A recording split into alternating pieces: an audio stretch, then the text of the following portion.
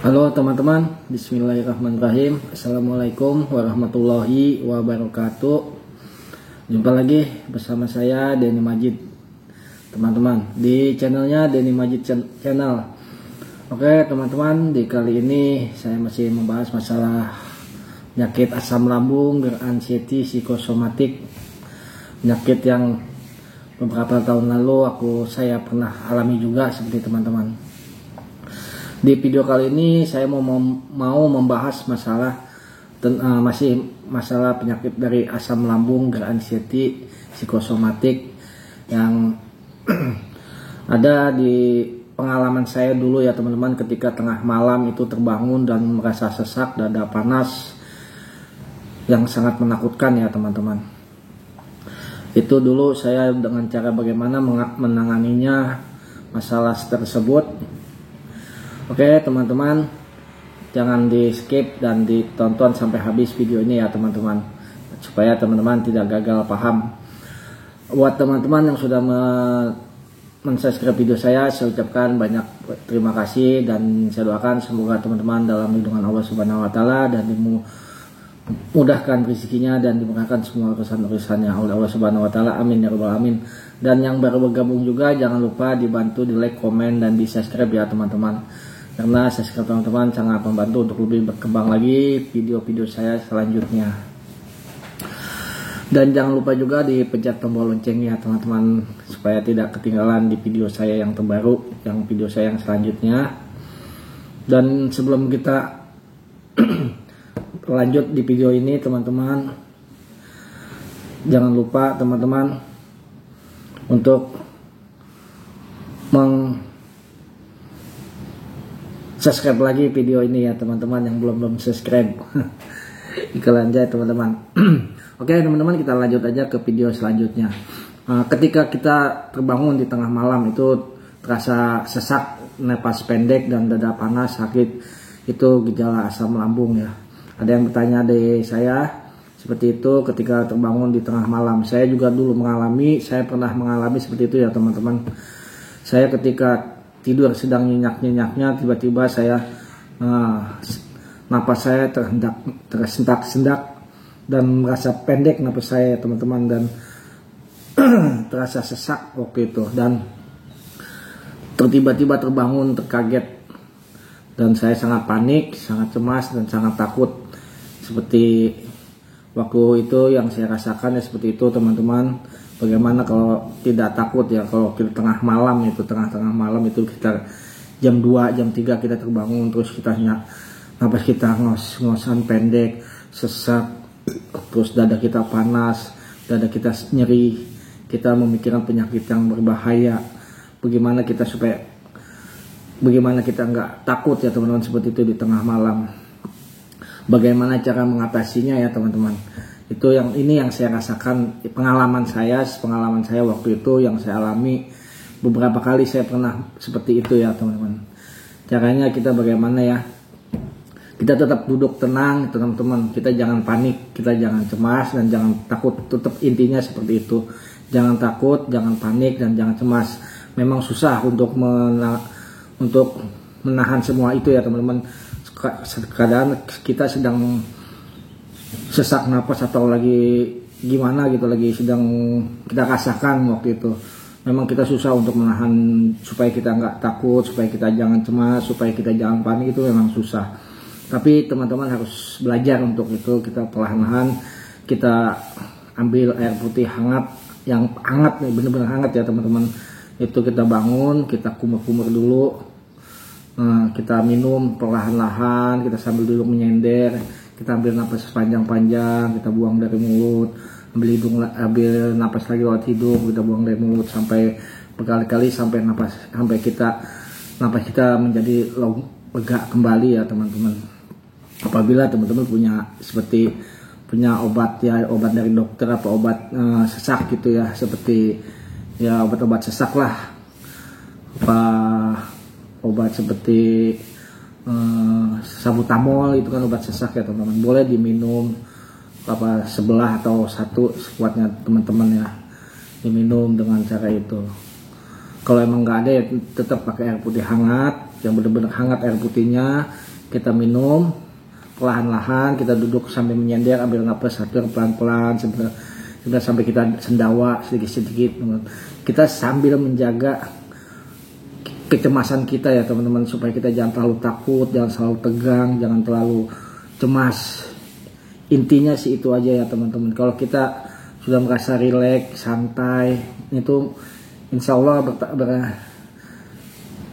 bertahap-tahap itu akan membaik lagi, bisa ini lagi, bisa plong lagi, nafas kita bisa tidur lagi ya teman-teman. Dan juga itu kan dikarenakan kenapa itu, karena di dalam paru-paru kita, di lambung kita itu penuh dengan gas, makanya kita jadi sesak, jadi asam lambung kita jadi meningkat, jadi naik ke atas teman-teman, karena kita tidurnya mungkin kita salah tidurnya. Sebetulnya kita itu tidurnya kita pakai bantal, tumpuk bantal 4 atau 3 atau 4 bantal lah gitu, kita duduknya tidurnya sambil menyender ya, duduk menyender gitu, supaya agar kita nggak naik. Sering kali saya rasakan seperti itu ya teman-teman, tiba-tiba tahu saya nggak pakai bantal, jadi nampak saya pantesan saya saya naik lagi, mulut terasa pahit, asam gitu ya teman-teman. Jadi di dada kita itu terasa penuh, terasa kayak penuh lah gitu, jadi napas kita ngap-ngapan, jadi kayak pendek gitu, memang pendek napas kita, seperti sesak gitu. Itu yang saya alami. Dengan cara apa ya, itu kita harus duduk santai dulu, kita jaga dulu, yang penting kita jaga diri kita itu supaya jangan takut ya teman-teman. Kita harus santai, rileks, dan kita harus jangan cemas gitu. Kita ambil air putih hangat 1 gelas, kalau bisa 1 gelas ini ya teman-teman, ini 1 gelas gagang penuh itu nggak apa-apa, yang penting hangat, bener-bener hangat, jangan yang hangat-hangat kuku, yang pokoknya yang kalau kita minum keluar keringet lah gitu teman-teman. Dikata panas banget ya enggak, dikata dinginnya enggak, pokoknya sedang-sedang lah, di pertengahan naik sedikit gitu. Jadi habis kita makan kan keringet gitu, kita ambil, habis kita minum keluar keringet teman-teman, jadi kita minum sedikit-sedikit gitu sambil kayak minum air panas gimana, kayak orang ngopi ya teman-teman, seperti itu. Terus kita sambil duduk santai, ambil napas dalam-dalam lewat hidung, buang sampai dari mulut, kita sambil duduk menyender ya teman-teman. Sambil ya kalau kita bisa, kalau ini selawatannya selawatan sebisa-bisa kita ya teman-teman. Dan yang penting kita jangan terlalu panik, jangan terlalu cemas, itu bakalan berangsur-angsur bakalan membaik ya teman-teman. Itu yang sepertinya yang saya alami beberapa kali. Saya sering kayak gitu ya teman, dulu waktu saya mengalami penyakit asam lambung, sering sekali saya alami. Tiba-tiba saya terbangun, tiba-tiba saya mimpi buruk, terus jadi bangun, jadi napas saya jadi sesek, terus lagi enak-enak tidur, tahu langsung terbangun, napas dada panas, napas ngik-ngikan seperti orang asma, terus pendek ngap-ngapan ya teman-teman, seperti itu.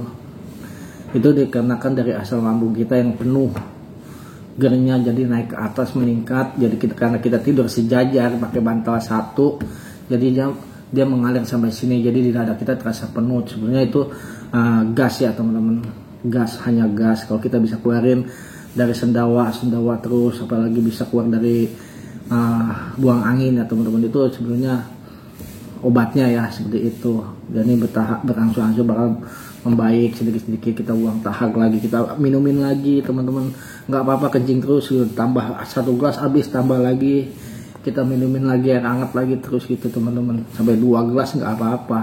Kita tuh banyak minum itu bagus teman-teman, paling ya efeknya paling sering kencing aja. Itu yang saya lakukan selama waktu saya mengalami asam lambung anxiety.